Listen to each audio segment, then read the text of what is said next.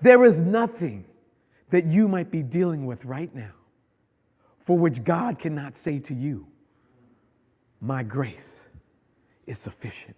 Say I'm a soldier In the army of the Lord. Say I'm a soldier In the army. Say I'm a soldier In the army of the Oh, Lord. I'm a soldier In the army. But my God says, my grace is sufficient for thee.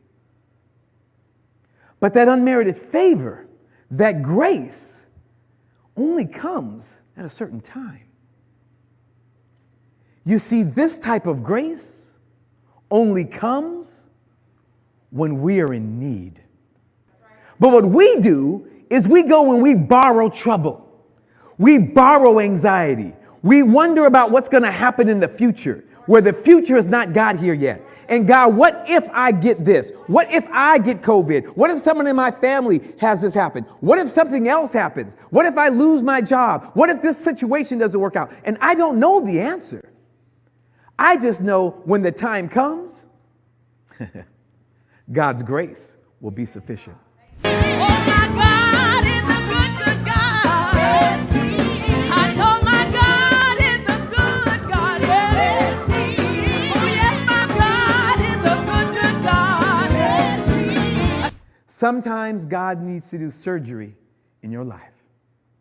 Sometimes there are things that he needs to cut into. Sometimes there's things he needs to drill and put a support beam in place. And sometimes it needs to stay. But my point is that God brings things in our lives that we go through that we say that doesn't make sense. But it doesn't have to make sense to us if we have a God that we can trust.